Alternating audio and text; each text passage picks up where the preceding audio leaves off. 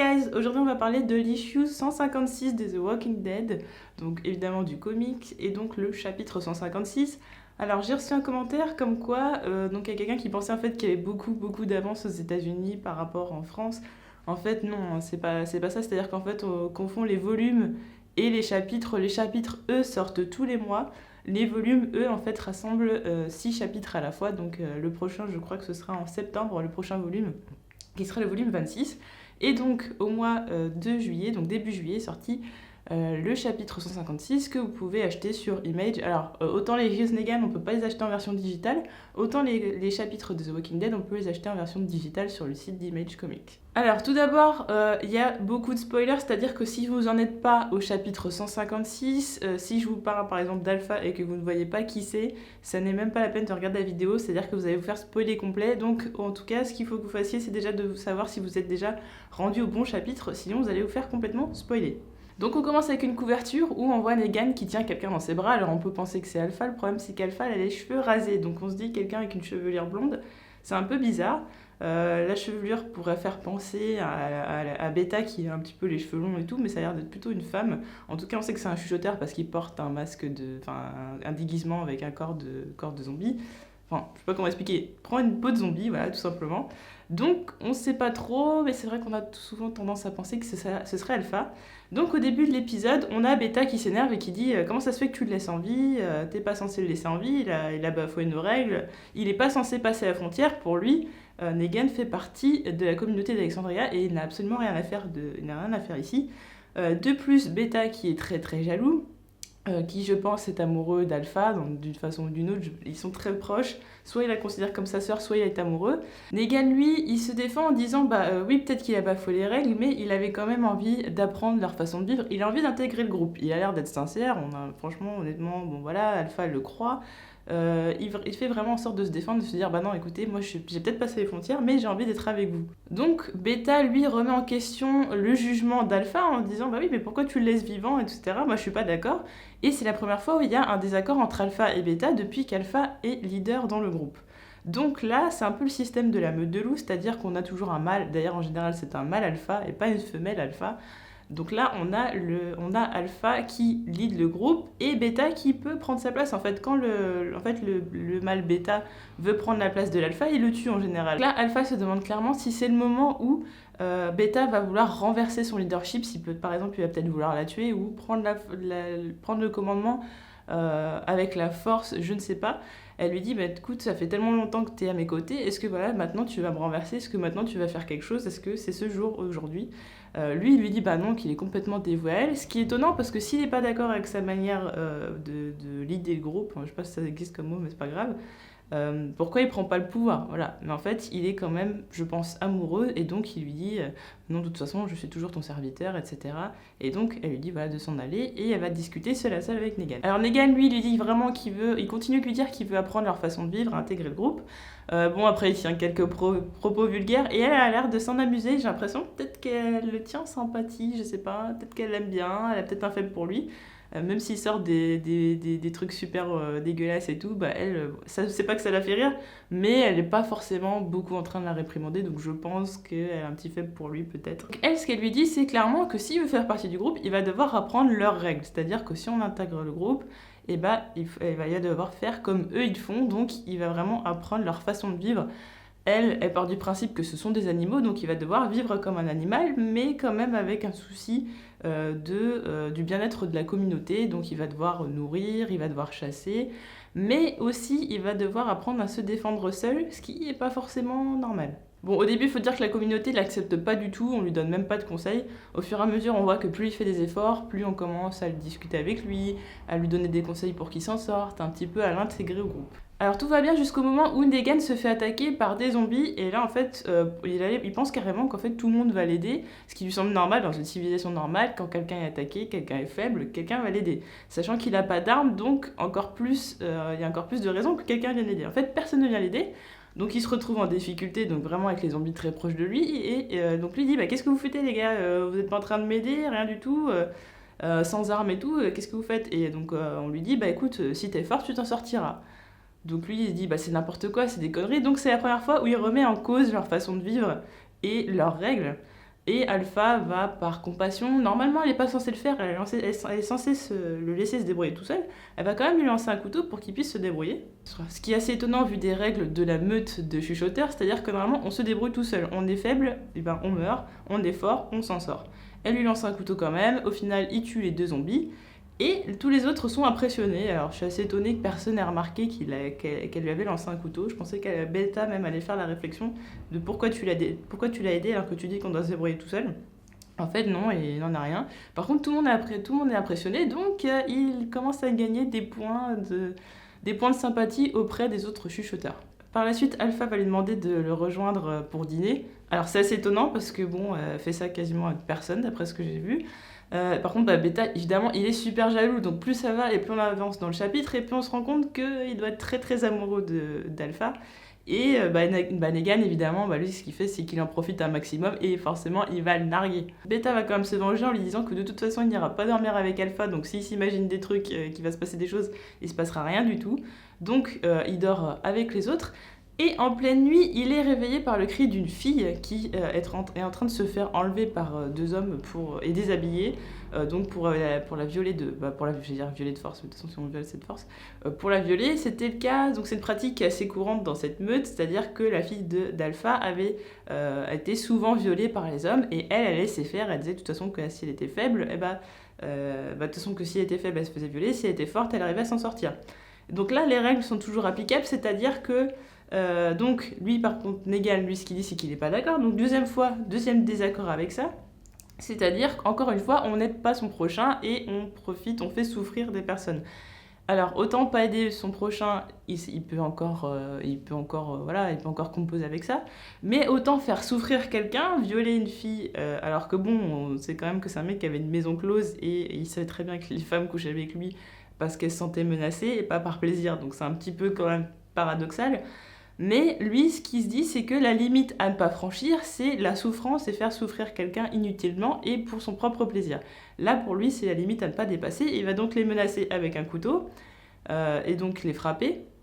Et derrière, Beta va arriver, va lui donner un coup de couteau, le dos du couteau sur le crâne, ce qui va le faire tomber. Et là, c'est du pain béni pour Beta parce que lui se dit, voilà, c'est le moment où je vais pouvoir faire en sorte qu'il se fasse tuer ou qu'on le fasse dégager ou autre, il va pouvoir s'en débarrasser. Pour lui, c'est la bonne occasion. Alors Beta, lui, ce qu'il dit, c'est que de toute façon, il n'a pas à se mêler des affaires des autres et qu'elle n'a pas demandé son aide, donc dans tous les cas, il n'avait pas à intervenir. Ce que je trouve, ce qui est évidemment déplorable et ce qui est n'importe quoi. Mais pour lui, écoute, c'est pas tes affaires, elle a pas demandé ton aide, donc de toute façon, elle s'en sortira toute seule si elle est assez forte. Si elle est pas assez forte, tant pis pour elle. Alors ensuite vient Alpha qui arrive et qui dit, qu'est-ce que c'est ce qu'il voulait faire, mais que ça fait pas partie de ses règles et que s'il veut rester, il va devoir quand même continuer à respecter ses règles, que ça lui plaise ou non, et si il peut pas faire avec, il s'en va, quoi, c'est aussi simple que ça. Donc ensuite s'ensuit une très longue scène où Negan et Alpha vont parler tous les deux, et donc elle, ce qu'elle va dire, c'est qu'elle dit, écoute, c'est dommage parce que t'as fait beaucoup d'efforts par rapport à notre communauté, t'as essayé d'apprendre notre manière de vivre, t'as essayé de t'intégrer, t'as réussi à gagner mon respect et ma confiance, mais je crois qu'au final, tu vas quand même pas pouvoir rester parce qu'en gros, tu comprends pas nos règles. Tu les appliques, tu essaies de les appliquer, mais tu les comprends pas, tu les respectes pas. Donc, Negan, ce qu'il dit, lui, c'est que vos règles, c'est n'importe quoi, elles sont que des conneries. Je veux dire, à un moment donné, ce qu'il dit, c'est que vous êtes des monstres. Parce qu'elle, elle dit oui, mais nous sommes des animaux. Et lui, il dit non, vous êtes des monstres, c'est pas la manière de vivre. Déjà, dans la civilisation normale, on aide son prochain, on aide les plus faibles. C'est ce qui fait que c'est une civilisation et qu'on est humain. Et elle continue de dire, non, de toute façon, on est des animaux, donc de toute façon, ton point de vue, il n'est même pas acceptable, quoi. Ce qui est intéressant avec Negan, c'est quand même sa vision de la limite entre le bien et le mal. C'est-à-dire qu'on peut faire le mal, pour lui, on peut faire le mal si c'est pour une bonne cause. Par contre, on ne fait pas souffrir quelqu'un de manière gratuite et pour se faire plaisir. Alors c'est étonnant quand on voit quand même que le mec a écrasé la tête de Glenn, il est en train de le frapper en ricanant, en se moquant de lui. Si c'est pas pour prendre plaisir, je sais pas. Quelque part, lui, c'était pour se faire respecter du groupe de Rick et pour qu'il n'y ait pas de rébellion et qu'il puisse faire nourrir sa communauté. Mais quelque part, quand même, il y a pris beaucoup plaisir. Donc c'est quand même une grosse hypocrisie où il y a eu un gros cas de conscience tout d'un coup et il a changé complètement. Et là, on se dit waouh. Ou alors, il est complètement hypocrite. Et donc, c'est quand même là où il avoue qu'il a fait des choses cruelles, mais il dit toujours voilà, c'était pour la bonne cause, voilà. Alpha, elle dit de toute façon, bah, dans la nature, seuls les forts survivent.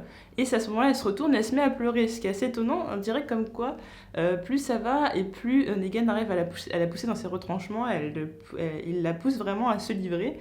Jusqu'à qu'elle en pleure, parce qu'au final, Alpha, c'est pas quelqu'un de si fort que ça.